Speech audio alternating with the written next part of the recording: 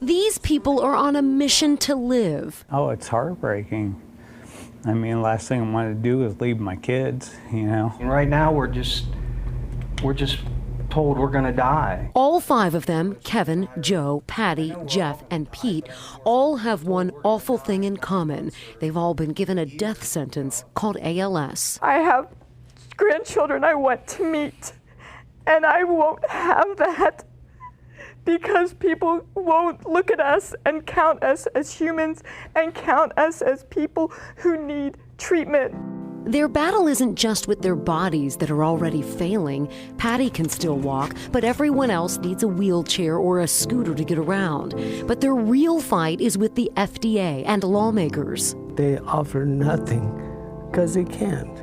The system is so broke, and it starts and ends with the FDA. As it stands, there are only 2 drugs to treat ALS patients, but there are others they believe could be even more beneficial and extend their life expectancy. Only the FDA won't grant emergency use like they did with the COVID vaccine. Our fatality is 100%, but we don't qualify for an emergency situation here for the FDA to be able to respond to us quickly. We know they can respond quickly, but they're choosing not to. Last year, 2 bills called Act for ALS were going through the House and Senate. Both died in committee. The bills would grant access to trial drugs that are far from 100% effective, but they have shown some real benefits. Just this week, the same bill was reintroduced in the House. So I went directly to some of our local congressmen to find out if they'll support it.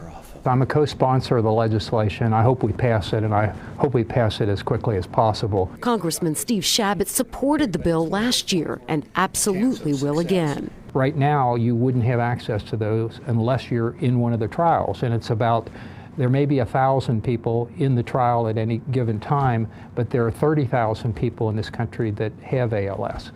So let's get that, whatever there may be, to everybody who needs it as quickly as possible. The ALS fight is personal for Congressman Brad Winstrup. When he's not in Washington, he's a doctor, and one of his partners was just diagnosed with ALS. Dr. Mark Snyder started noticing a while back that he wasn't able to hold the scalpel the same way, and that's when he knew that there was a problem. Congressman Winstrup also supported last year's ALS bill. He's hoping the second time's the charm. We learned a lot from Operation Warp Speed on how to do things faster and get products to patients, and I hope that we follow that model with things like this. Until then, it's a race against the clock for people who have anything but time. It just is absolutely inhumane, in my judgment, that we have to sit here and wait to die.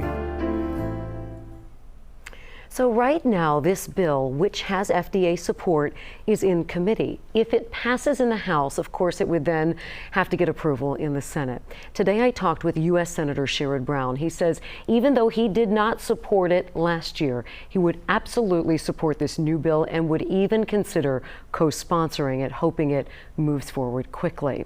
I also reached out to Senator Portman. He did not comment personally, but his spokesman gave me a statement that said in part, Senator Portman has consistently supported increasing federal research funding to fight diseases like ALS. Well, obviously, this is a very important issue. Where can people learn more about it? Good question. And so we're going to have much more for you. You can see our full interview with those patients on our website. It's really powerful. If you missed our 6 o'clock story, I encourage you to go watch it at WLWT.com. And we're also going to have that raw footage, those raw interviews for you to watch. And I tell you, it is really gut-wrenching. These people need our help now. Yeah, those interviews, I got to hear a lot of them already. They're long and they really tell the stories. All right, Cherie, great 2-part series there. Another